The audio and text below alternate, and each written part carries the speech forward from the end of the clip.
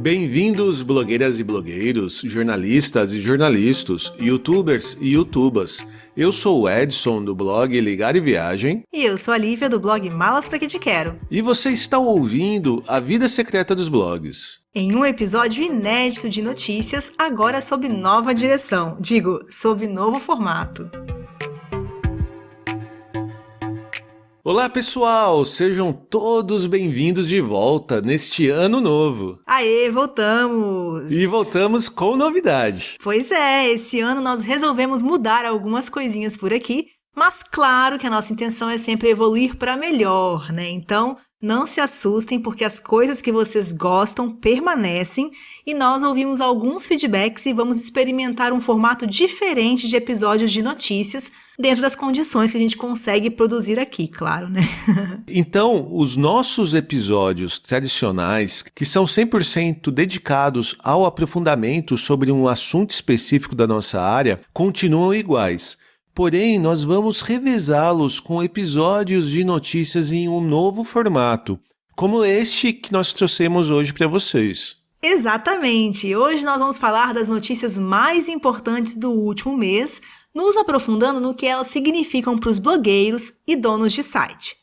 E o que temos na pauta de hoje, Edson? Hoje nós vamos falar sobre as novidades do Instagram para 2022, também da pressão que antecedeu e acelerou o lançamento de uma nova ferramenta de denúncias no Twitter. Tem ainda a chegada dos tais NFTs às redes sociais. E, por fim, as últimas novidades do algoritmo e atualizações no Google. Legal, bora começar? Bora lá! Falando de Instagram, nós tivemos muitas novidades divulgadas nas últimas semanas. Ainda lá no finzinho de 2021, o manda-chuva do Instagram, Adam Mosseri, soltou um vídeo falando sobre como será o ano de 2022 na plataforma. Segundo ele, há uma necessidade do Instagram se reinventar, já que o mundo fora do Instagram está passando por tantas mudanças. Acho que ele levou a sério aquela piadinha que rolou no Brasil, né? E fora dos stories, como você tá? É aquele meme dos gringos imitando o brasileiro, né? Pois é, Brasil first. Então, ele citou que isso tem muito a ver com a tendência do mercado de foco em indivíduos, mais do que em empresas ou instituições. Daí que, segundo ele, este ano o Instagram deve investir na ferramenta de troca de mensagens, já que este é o principal meio de conexão entre pessoas online. No vídeo apareceram também algumas promessas sobre maior controle do usuário e transparência. Além do reforço daquele anúncio que o próprio Adam fez em junho do ano passado, de que o Instagram não é mais um app de fotos. A plataforma vai mesmo redobrar seu foco no formato de vídeo durante os próximos meses. E aí, o que isso tudo significa na prática, Lívia? Quais são suas opiniões? Bem, a minha opinião é que algumas dessas coisas estão já de fato acontecendo e fazem parte de uma estratégia inteligente do Instagram, né? Outras, ficam mais no campo das promessas, coisas que eles precisam falar e tentar avançar por conta da opinião pública, como é o caso das questões de transparência, por exemplo. Então, esmiuçando aí essas promessas, a parte do foco em vídeo, como você mesmo comentou, não é uma grande novidade, né? O Instagram já vem priorizando esse tipo de conteúdo há algum tempo e a ideia deles, declaradamente, é consolidar todos os formatos de vídeo em torno do Reels e investir neste, né? Nós podemos ver isso claramente no fim do ano passado, quando eles decidiram meio que abandonar o nome IGTV.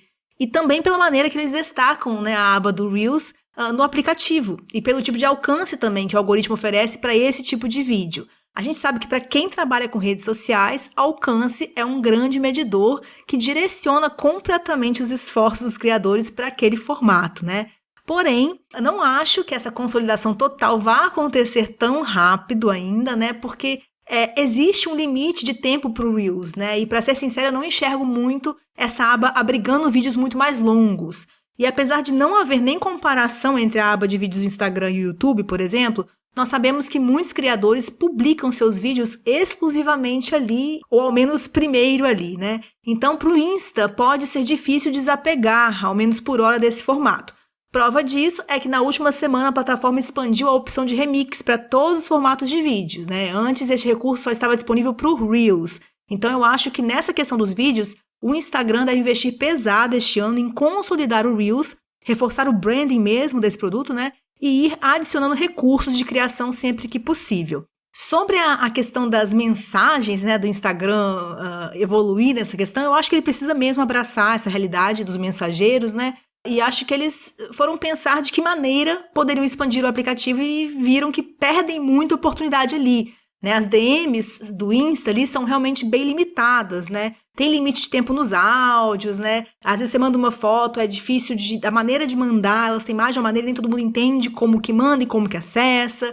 E eles estão dentro de uma empresa, né, que tem um mensageiro bem mais interessante e popular que é o WhatsApp. Então, por que não olhar para alguns recursos ali e expandir, né? Então, eu acho que eles estão percebendo que eles têm oportunidades não aproveitadas no aplicativo. Então, eles vão correr atrás disso. E agora, falando mais de criadores de conteúdo, nós tivemos também a notícia da chegada das assinaturas premium dentro do Instagram, né? Na última quinta-feira, o perfil oficial @creators anunciou o início dos testes com um recurso que agora está disponível para alguns criadores nos Estados Unidos e com boas chances de expansão no futuro. Assim como os recursos de conteúdo pago de outras redes, a ideia é ter uma opção de assinatura, em que os seguidores premium terão conteúdo exclusivo, entregue apenas para eles. Você acha que isso pega, Lívia, no Instagram? Olha, eu acho que tem boas chances, viu? Porque a gente tem que lembrar que o principal trunfo do Instagram é a base gigante, né, de usuários que ele tem. Então a gente faz piadas com o aplicativo, né, que ele copia os demais e tudo mais, porém o usuário médio não está preocupado com originalidade, né? Aliás, nenhum de nós, vamos ser honestos. A comodidade, que é você ter um recurso legal adicionado a um aplicativo que você já usa diariamente, é maravilhosa. Então o Instagram vai facilitar muito alguns criadores terem agora o seu próprio OnlyFans ali, né? Sem precisar que a sua base de seguidores migre para outro aplicativo. E também sem que ninguém suspeite que é necessariamente um conteúdo erótico, né? Então, só para deixar bem claro o que seriam as tais assinaturas, para o criador vai ser muito parecido com o que hoje é o Close Friends, um recurso de postagem em que você consegue direcionar o conteúdo apenas para uma certa lista de usuários. E o Instagram vai ajudar o creator enormemente aí, né? Colocando um botão de assinar no seu perfil, administrando provavelmente a parte financeira da transação e criando a lista automaticamente para você. Até porque muitos criadores de conteúdo cobravam ou ainda cobram uma certa assinatura fora do Instagram para poder disponibilizar, né, uma vaga no Close Friends dele, né? Isso já é comum hoje em dia, né? Sim, sim. E aí facilita porque é como aconteceu também com a questão de venda de produtos, né? O Instagram há alguns anos não tinha aquela vitrine. A gente às vezes, como blog, não usa muito, mas quem vende pelo Instagram usa muito, né? E aí foi um jeito da pessoa, em um toque, né, o usuário consegue comprar coisas por ali. Isso foi um shift aí no mercado gigante para quem estava trabalhando com Instagram e tendo que lidar com inbox para vender coisa e tal. Ali é uma oportunidade. Eu acho que isso é parecido. As pessoas já vinham monetizando de alguma forma, né, como você comentou, por fora, via Pix ou outros aplicativos. E agora o Instagram abocanha isso, ajuda, facilita, mas também pega uma bolada eles, né? Não, verdade, tem razão. É uma oportunidade da própria ferramenta que ela está perdendo. Isso. E já que nós falamos de testes, também tivemos alguns prints rolando no Twitter que sugerem que algumas mudanças no feed e grid do Instagram podem estar vindo por aí. Alguns usuários compartilharam nas últimas semanas imagens de testes que supostamente estariam acontecendo no aplicativo. A primeira novidade seriam duas opções alternativas na hora de ver o feed do Instagram. Hoje, a plataforma exibe os posts em uma ordem estabelecida pelos seus algoritmos, que levam em consideração diversos fatores, como assunto e formato da postagem, frequência de interação entre as contas, tempo desde que a conta foi seguida, entre outros. Segundo as imagens divulgadas pelos usuários, o Instagram estaria testando disponibilizar também um feed em ordem cronológica e uma visão apenas de contas favoritadas. Pois é, isso é interessante porque, de fato, muita gente reclama hoje em dia daquilo que o algoritmo exibe em seus feeds e fala com bastante nostalgia do feed cronológico, né? Que era aquele que existia quando o aplicativo foi criado. Porém minha opinião é que eu acho que as pessoas vão se decepcionar com um feed cronológico, né? É minha opinião, claro, né? Mas ainda que o algoritmo seja bem falho realmente e nos irrite diariamente, né? Ver as coisas cronologicamente, pra mim, vai ser ainda mais chato, porque você fica refém de quem postou por último, né? Sim. E às vezes é uma pessoa que você não interage, que segue só porque era amiga de infância, sei lá, mas se ela postar 10 fotos hoje, você vai ver as 10 fotos dela em sequência, né? Então, são as coisas que o algoritmo normalmente previne, de você ver só uma conta, muitas vezes, na mesma rolagem de tela, e também de ver contas que você nitidamente não curte ou interage. Mas assim, né, não dá pra cravar que isso vai incomodar todo mundo, e ambas as opções demandam certa paciência e uma customização da sua parte, né? Vai ter lá que deixar de seguir alguém, silenciar aquelas coisas, como já acontece nesse atual também. Uma coisa que, assim, eu não sou um usuário tão ativo no Instagram, assim, eu gasto muito pouco tempo por dia, né, na ferramenta. Mas é engraçado como quando você fica 1 ou 2 dias sem acessar determinado stories ou mesmo olhar as fotos de uma conta, ele joga aquela conta pro final, né? E às vezes é um perfil que você gosta de seguir, uma pessoa que você gostaria de acompanhar, né, o dia a dia, um criador de conteúdo que te interessa. Então, eu acho que essa segunda opção de uma visão apenas de contas favoritadas pode ser bem mais interessante do que a ordem cronológica. Eu concordo contigo. Eu acho que sim. Eu só acho que a gente não pode empolgar ainda muito com as opções, porque pelo teste que a gente viu, os boatos com os prints e quem usou e tal, mostrava que mesmo que você selecione essa visão, ao sair do aplicativo, ele perde a configuração. E quando você volta, tá de novo no feed que a gente já conhece, o atual, automático, né? Então, você vai ter sempre que alterar pra aba visão, né, cronológica ou visão favoritada. E isso eu acho chato. Eu prefiro dessa forma e vou ver sempre que eu entrar no aplicativo. Mas deve ser teste, né? Não, deve, isso é verdade. Ele não guardar a sua opção, né? É que tem as duas possibilidades. Pode ser sua fase de testes e pode ser que o Instagram ainda prefira que você veja da maneira que o algoritmo dele funciona, porque vende mais, né? Mantém você mais lá. Tem um motivo para o algoritmo existir, mas não sabemos ainda. Entra aqui aquele meme, aquele sticker, não dá para saber, tem que ver o que vem por aí, né? Verdade. E outro teste que aparentemente está acontecendo é o da possibilidade de mudanças no grid de fotos do perfil. Segundo as imagens que nós vimos também no Twitter, a plataforma daria a opção do usuário reorganizar no seu próprio perfil a ordem em que as fotos e vídeos já postados aparecem. Ou seja, seria uma facilidade para quem gosta de deixar o feed mais organizadinho visualmente, ou para quem precisa deixar um post específico mais no topo, por exemplo. Você gosta dessa novidade, Lívia? Essa eu gosto, sabe? Eu entendo que pode ter complicações, né? No geral, todo usuário acessa uma plataforma e meio que entende de maneira ali implícita que aquilo que ele vê mais ao topo é mais novo. Pode gerar umas discussões desse tipo, com certeza, mas eu acho que o Instagram é hoje muito mais uma vitrine do que um feed de notícias, né? Por isso, para quem tem negócios e vende por ali, faz muita diferença, eu acho, poder fixar um post mais importante de venda logo no topo, né? Ou reorganizar as imagens para ter um visual mais atrativo quando o perfil é visitado e tudo mais. Então, eu vejo com bons olhos, eu percebo que a gente sente falta disso, que a gente às vezes tem que fazer coisas que demandam muitas horas de trabalho para que isso ali aconteça, que é você planejar o feed em sequência, que é você deletar coisa para as outras virem para cima, repostar coisas. Eu acho que é muito útil. E eu vejo até como o próprio Instagram tá dando muito foco mais no Reels e no Stories, o grid vai seguir muito mais essa linha que você comentou, né? Vai ser como mais uma apresentação do perfil em si, do portfólio ou daquelas últimas fotos daquele perfil. Então acho que faz muito mais sentido você ter essa opção de reorganizar o que você quer mostrar ou não, né? Assim, é só você pensar hoje, quem acessa o perfil da pessoa, realmente é a pessoa que ainda vai seguir, né? O primeiro contato. Que você quer conhecer, né? Tem razão. Ou verdade. Procurando uma coisa. Sim. Por que não, então, deixar mais fácil acessar isso, ou realmente entender quem é esse perfil logo no topo, né? Só que, assim, é uma coisa que vai demandar, óbvio, mudança no aplicativo, e eu gosto de brincar que a gente fala isso muito no mundo empresarial, isso serve para alguns aplicativos como Instagram e empresas online, que é um transatlântico, né? Você, às vezes, não consegue mudar rapidamente um aplicativo do Instagram igual você consegue o aplicativo que eu criei ontem aqui em casa, né? Porque é um aplicativo que tem um monte de usuários já usando, tem que funcionar diariamente, não pode cair enquanto você está fazendo uma atualização. Então, muita coisa no Instagram tá do jeito que tá, eles podem ter noção do que é melhor, mas vai demorar a mudar, porque ele é bem complexo. Muito bom. E agora, mudando um pouco de rede social, nós temos uma notícia do Twitter, que finalmente disponibilizou no Brasil a ferramenta de denúncia de fake news e desinformação.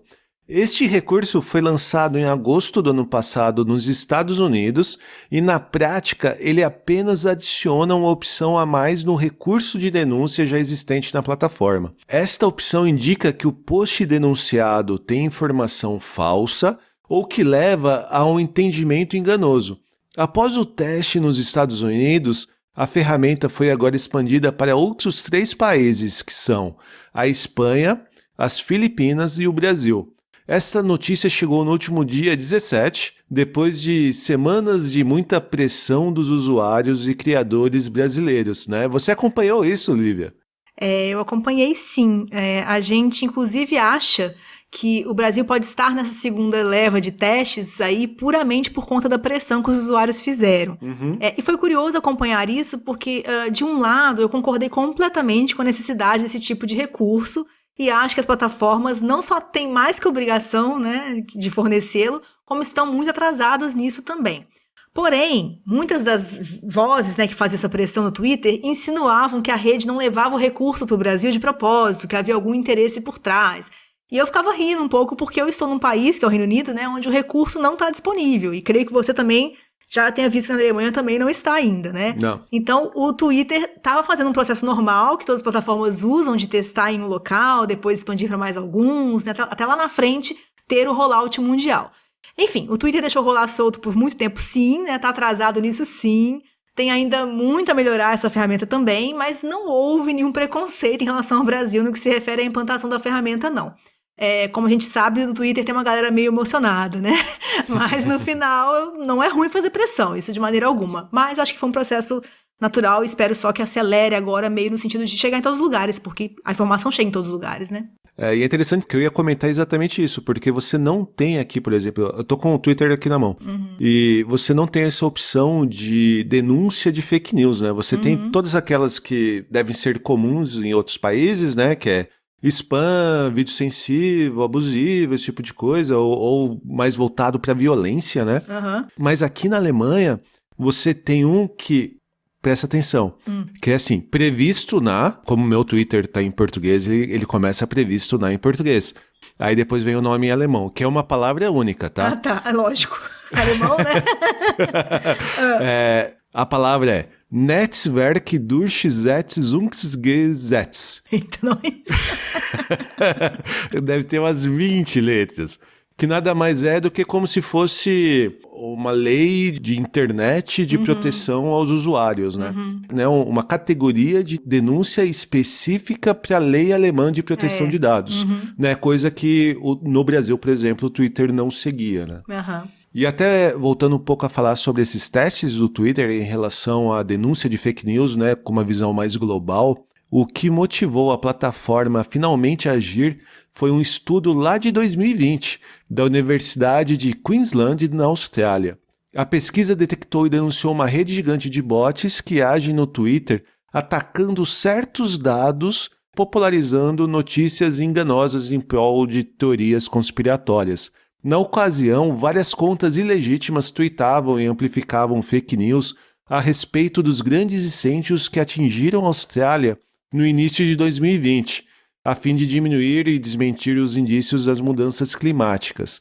E essa pesquisa mostrou que em alguns momentos, mais de 60% do que estavam sendo postado no Twitter sobre o assunto vinham dos bots. Pois é, assim, a parte ainda ruim dessa história toda é que esse novo recurso possibilita a denúncia, né? Mas gera muito pouco impacto na prática, por enquanto, porque ele não gera nenhuma ação automática do algoritmo ou coisa assim no Twitter, não. São necessárias várias denúncias de mesmo teor para que isso acenda um alerta e a equipe do Twitter se debruce naquela questão para daí talvez tomar uma atitude. Pelos dados da primeira fase de testes, isso aconteceu em apenas 10% dos casos. mas ao menos foi o primeiro passo, né? A pressão agora tem que ser no sentido de que a gente consiga ver resultados, né? E até porque para o Twitter classificar uma informação como falsa, ele vai se basear em quê? Né? A gente está levando muito em conta que pessoas fazem fake news sobre vacina, sobre questão de mudança climática, sobre políticas e etc, né? Mas pode vir do outro lado, né? As pessoas falando que, na verdade, quando a gente diz que vacina funciona, é uma fake news, né? Acho que em todas essas redes, a maior dificuldade deles é realmente ter uma coisa comprovada e que eles se protejam também legalmente. Sim. Mas, né, e vocês sempre pensando nisso, e não tô nem defendendo, porque muitas vezes, para se proteger legalmente, eles não fazem nada, né? A gente tem que realmente pressionar para chegar num lugar comum. E eu acho que o que seria mais justo e pragmático seria essa pressão fazer com que a gente tivesse mais conversas entre redes, inclusive, entre órgãos e organizações governamentais, sobre a gente delimitar, então, como é que essas coisas acontecem. Enquanto não se conversa e se empurra com a barriga, né, é uma desculpa fácil, né? Então, enfim, é uma coisa que tem que sacudir mesmo essa árvore aí para ver se sai. E já que estamos falando do Twitter, nós podemos ir para uma outra notícia, que é a novidade da chegada dos NFTs na plataforma. Segundo o anúncio oficial da última quinta-feira, após uma fase de testes, o Twitter já está disponibilizando oficialmente para todos os usuários do Twitter Blue a opção de exibição de um NFT como imagem de perfil. Para quem não se lembra, o Twitter Blue é a recém-lançada versão paga da plataforma que conta com recursos exclusivos. Mas eu acho, Lívia, que mais que repercutir sobre a chegada deste novo recurso, a gente talvez precise dar uma breve explicação para os nossos ouvintes sobre o que são os NFTs e por que de repente estamos ouvindo falar tanto sobre eles. Eita, né? Então, olha, o NFT é um tema para 30, 40 minutos de papo e explicação, sabe? Mas como não é um assunto com impacto direto no nosso dia a dia dos blogs, não vamos ocupar um episódio completo nosso com isso ainda, né? Então eu vou dar uma explicação bem simplificada para quem ouviu um pouco sobre o tema ainda, né? Que a NFT é a sigla para Non-Fungible Token. E de maneira bem resumida, nós podemos dizer que um NFT seria qualquer item digital devidamente registrado via blockchain e disponibilizado para aquisição única. Mas aí você já está complicando as coisas, né? Acho que vai ter muita gente querendo saber o que é blockchain. Certo. Eu vou tentar fazer metáforas aqui para as coisas ficarem mais tangíveis para quem nunca usou ou não usa no dia a dia essas tecnologias, tá? O blockchain é uma forma de registro das coisas no mundo online digital. Então a gente pode relacionar, de maneira bem superficial, claro, o blockchain a um registro que você faz em cartório ou em algum órgão oficial. Então, assim como um cartório registra que um imóvel te pertence, ou um órgão como o Detran registra que você possui um carro, o blockchain pode registrar os bens e itens digitais.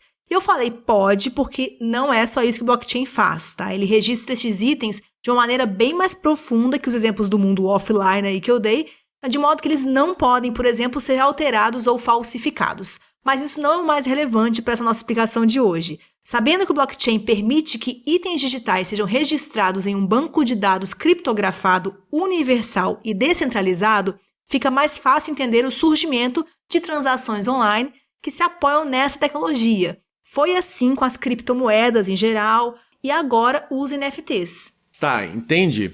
Por isso, até que você disse que o NFT seria qualquer item digital devidamente registrado via blockchain e disponibilizado para aquisição única, né? Exatamente. Então, o advento dos NFTs veio com a ideia de vender online a propriedade de itens digitais. E eu estou falando várias vezes a palavra item para tentar abranger ao máximo tudo que pode ser um NFT. Porque na prática não existem limites oficiais mesmo, tá? A única condição é que seja uma peça, produto, bem, né, digital. Pois o que vai registrar o seu histórico, sua propriedade e garantir sua autenticidade e singularidade é uma tecnologia online. Até aqui, o que nós já vimos ser comercializado como NFTs foi muita arte digital, incluindo aí também imagens para perfil, que é meio que o Twitter está tentando entrar agora, né? E skins usadas nos jogos online, né? Também alguns vídeos, né? E também até mesmo o primeiro tweet da história foi vendido dessa forma, né? E aí vem a parte mais polêmica do assunto, que é os não entendedores ou consumidores de NFTs perguntando, mas por que, meu Deus? Você já se fez essa pergunta, Edson? Porque tem gente pagando caro, né, no imagenzinha digital que qualquer um pode salvar ou printar. Então, assim, essa pergunta, o que esses jovens têm na cabeça, né? Já se perguntou, ouviu gente perguntando isso? Eu acompanho bastante podcast de videogame, né? E até dando um exemplo, a Konami, você conhece a empresa de jogos Konami? Cresci com a Konami, né, gente? Por exemplo, um famoso deles é o Castlevania. O Castlevania acabou de fazer algumas décadas aí do seu primeiro lançamento, e a Konami ela fez um leilão de NFTs, né? Então ela colocou para venda algumas imagens, trechos da trilha sonora, alguns vídeos de gameplay, né? Por exemplo, do chicote ou da estrela batendo na morte e assim por diante, né? Tá. E uma coisa interessante é que eles sempre colocavam alguns textos explicando o que estava sendo vendido e o que significava você estar comprando aquela NFT, né? E uma que chamou bastante atenção foi em relação à trilha sonora. A pessoa foi lá, fez um lance, comprou a trilha sonora, mas vem bem claro descrito que a pessoa ela não tem propriedade pela trilha sonora. Então ela não pode usar aquela trilha sonora, por exemplo, em criação de conteúdo comercial, assim por diante. O que ela tem propriedade é aquilo que você estava explicando no blockchain. Ela tem propriedade, na verdade, sobre como se fosse o endereço daquele item digital que no final é uma trilha sonora. Então a pessoa não está comprando exatamente a imagenzinha digital, a foto, o vídeo ou o áudio. Ela está comprando como se fosse um endereço na internet que tem um item digital no final daquele endereço. Então assim, tem dois lados aí, e o primeiro lado, tudo que surge, a gente tem que ter essa noção que pode estar sendo usado e que não vai para frente também, porque às vezes não é nem por mal que se criou, mas alguém usou e alguém acreditou e tal. Então assim, o lado de que pode ser usado de formas escusas, isso é muito claro, tem que todo mundo ter essa ciência e tudo mais. Tem o outro lado, que é a parte... Por que estão consumindo? E aí também tem muita gente que fica assim, né? Lá vem os jovens, né? Inventando negócio para consumir e tal. E o questionamento geral, e aí eu falo disso porque... Deixa eu separar aqui de novo. Não tô falando da gente discutir se isso vai dar certo no futuro, não sabemos ainda, ou se tem alguém usando pro mal, porque aí eu ia entrar numa discussão, inclusive, do capitalismo no geral. Não vou entrar. Mas falando sobre qual o apelo disso, né, junto ao público, quando a gente reflete um pouco mais... sobre o que está por trás dessa questão de propriedade, né, não só online, mas na sociedade como um todo, fica, na verdade, mais fácil entender o apelo dessa novidade. Porque a aquisição de um item digital tendo como intenção final o simples rótulo de dono daquele item é diferente de pagar milhões numa obra de arte, né? Porque você pode até achar que a obra de arte foi feita por um artista super renomado, único e sei lá mais o quê. Mas quem te ensinou isso, né? Ao longo da nossa vida, a gente é ensinado, né? Eu diria até catequizado a respeito do que é bonito, do que é feio, do que tem valor, do que não tem. Mas a prova de que isso é absolutamente abstrato e relativo é o fato de que diferentes culturas têm diferentes tipos de expressões artísticas, por exemplo, né? Outra prova disso é que o Romero Brito ganhou vários milhões vendendo quadros, não sei como até hoje. Então, gente, eu amo museu, tá, gente? Eu amo história da arte, não me entendam mal, mas eu tenho consciência de que o meu gosto e a história que eu estudei não são a única maneira possível de enxergar o mundo. Então, eu não posso achar estranho alguém querer comprar a arte digital do artista X que eu não conheço. E também não sei por que comprar um NFT seria diferente de comprar um tênis, lá o Air Jordan, né, de milhares de dólares, que não faz nada que um Mizuno básico não faça, né, e que ainda provavelmente nem vai ser usado. O dono não vai ter nem coragem de sair por aí com tênis, ao menos não com frequência. E isso sem falar das coleções de itens raros, né? Jogos antigos, bonecos de super-heróis, que muita gente tem, conserva na caixa às vezes, né? Não usa nem nada. Então, por que as pessoas têm isso, né? É só para falar que tem. Então, se você entende e não questiona diariamente o conceito de só para falar que tem no mundo offline, você não pode questionar os NFTs. E no mundo capitalista, tanto o online quanto o offline, existe um propulsor de trends e de vendas infalível, que é a escassez. O NFT já nasceu inteligente aí, né? Todo NFT é único e ninguém mais no mundo pode ter um igual. E o apelo disso entre esse público que está disposto a investir em colecionáveis ou transações online é imenso. E eu vou, assim, até um pouco mais longe, né? A gente pode achar que isso tudo, né, que a gente está fazendo é uma coisa de rico fazendo riquice, né? E meio que é mesmo.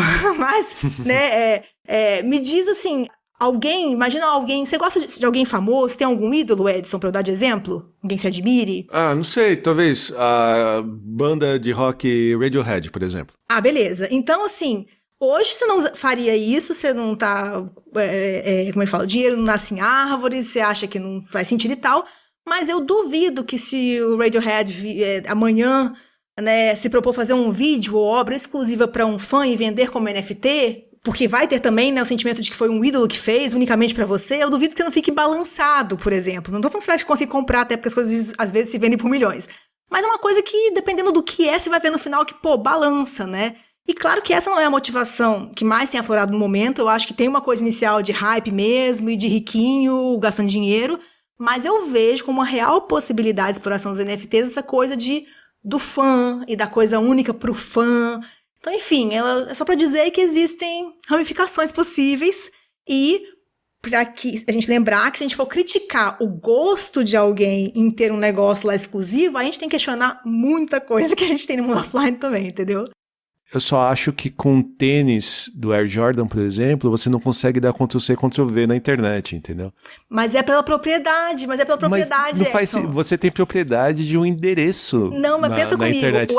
Você não tem propriedade daquela imagem. Não, claro, mas não é isso. O Air Jordan, outras pessoas têm Air Jordan também, você pagou caro mesmo assim. A questão é, eu posso falar que eu tenho Air Jordan, então você tem que pensar que para as pessoas eu concordo contigo que é tudo dentro de um mundo capitalista, dentro de nosso também, de um processo que dá para você ter uma certa similaridade com o mundo real. Mas eu acho que existem ainda algumas diferenças que ainda estão escusas, assim. Eu acho meio complicado. Mas o que eu tô trazendo aqui é que eu queria que todo mundo parasse a pensar o quanto que a gente acha normal o que a gente já conhece, já tá acostumado e estranha de imediato outra coisa. Não defendendo que não vai ter gente fazendo uma coisa de pirâmide, uma coisa errada com NFTs, assim como eu acho também que quem cria certas obras de arte e quem cria certas roupas de marca tá ganhando muito com trouxa. Isso eu acho, entendeu? Então é isso. E nisso estamos de acordo. Mas tá bom. Antes de fecharmos este episódio, tem uma pergunta que sempre tenho que fazer para você. Alguma coisa de importante acontecendo no Google? Atualizações por vir? Alguma novidade que nossos ouvintes mereçam saber? Olha, eles merecem saber de tudo, mas não tem nada muito grande acontecendo, não. Agora em janeiro nós tivemos uns tradicionais burburinhos, né, sobre mudanças no algoritmo que não foram confirmados oficialmente. Uma dessas mudanças teria sido por volta do dia 11, a outra por volta do dia 19. Então, se o seu site teve alguma grande oscilação de resultados após alguma dessas datas, este pode ser o motivo. Agora, o que o Google anunciou oficialmente foi a expansão do ranqueamento baseado em experiência de página para desktop.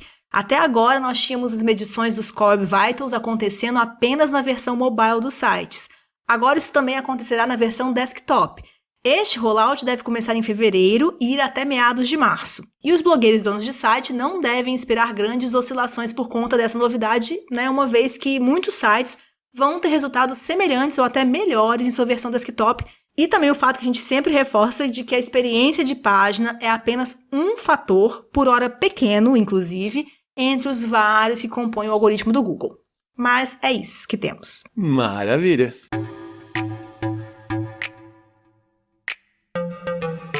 Este foi mais um episódio do podcast A Vida Secreta dos Blogs. Você encontra todos os nossos episódios no site avidasecretadosblogs.com.br ou no seu agregador de podcasts favorito. E para participar do nosso papo com dúvidas e sugestões de outros assuntos, basta mandar mensagem para a gente através do Twitter, Instagram, Facebook ou nosso e-mail pergunte@avidasecretadosblogs.com.br. E não deixe de compartilhar este episódio com outros blogueiros ou donos de site. Para manter o podcast existindo, nós precisamos que vocês nos ajudem nesta divulgação. Eu tava aqui pensando, será que a gente pode vender esse nosso episódio como NFT? Depois dessa discussão que a gente teve, não inventa moda não, Lívia. Ok. O podcast aqui continua sendo gratuito e contando muito com a ajuda dos nossos atuais e futuros apoiadores. Tá certo. Então, para quem não se lembra, é possível contribuir enviando qualquer quantia pra gente via Pix ou via Catarse. Não deixem de olhar os detalhes no nosso Instagram ou no nosso perfil do Catarse, ok? Os links estão no post desse episódio no nosso site também. Um abraço, pessoal! Beijo, até a próxima!